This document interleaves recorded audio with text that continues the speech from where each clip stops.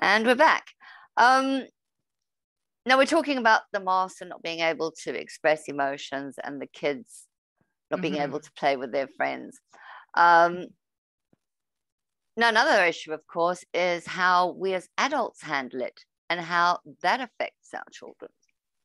Yes. And on this particular note, I'm going to notice, bearing in mind that my child is a huge adult, so he's not young. But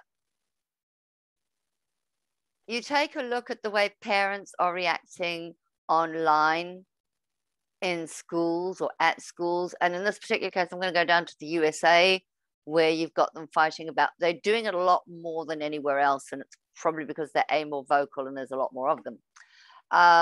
But they're talking about, these parents attacking other parents for their kids wearing masks or for them wearing masks, spitting in faces. In one case, I think when we first started wearing these masks, not long into the whole pandemic, there was a shooting whereby a security guard at the front of the store had turned around and said, no. Sorry, a dog. Go ahead. What were you saying? They said you can't come in because you're not wearing masks. So the people went home, came back, and they shot the guy. Oh my God. You have got him. Yeah. They shot him for not wearing a mask or for wearing a mask? No, he was the security guard asking them to wear a mask. He sent them away, but they came back with a gun and shot him because he wanted to make them wear a mask to go into the shop. But not only have you got that, but you've got people locked up in their houses, abuse victims who can't get out now at all because they're now locked in the house with their abuser 24/7, 365 over 2 years. Yes. And this too. I mean, the first few weeks in Canada, I don't know what his major problem was. Maybe it was mental health, but by the end of it, he was dead. But there was that whole long shootout. Remember? I think so. Across. I think it was across. I'm not quite sure which part it was across.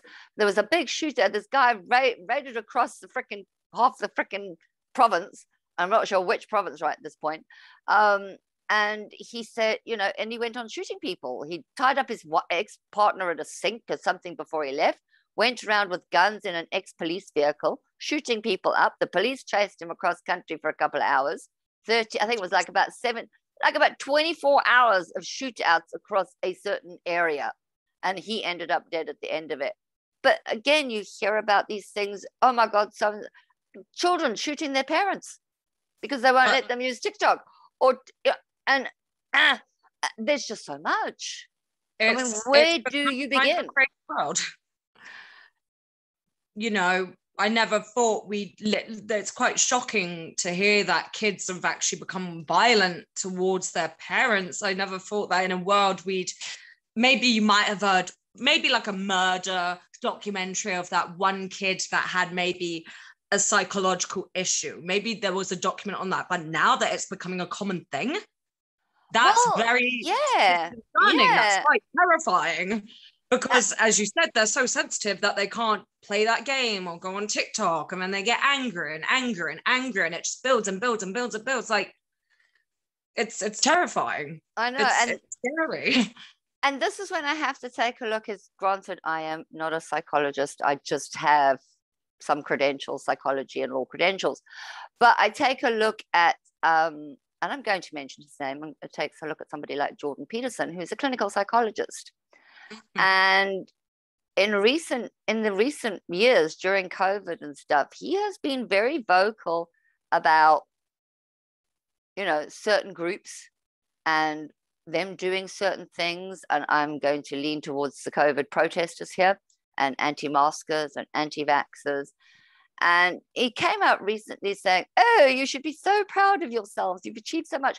And then, hang on a second. Aren't you being entirely irresponsible as a professional clinical psychologist, literally goading people on into serious mental health issues? Because now you've got these people who are anti-mask, they're passing it on to their kids, they're passing it out into the community.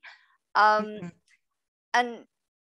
ethically speaking, I'm not 100% sure that this is the right, you know, we do have ethics. Psychology and psychiatry does have an ethics board to go by.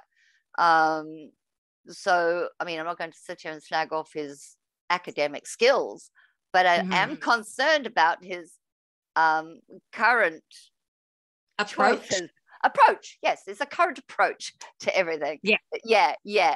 I'll put that out there for that one for the moment. So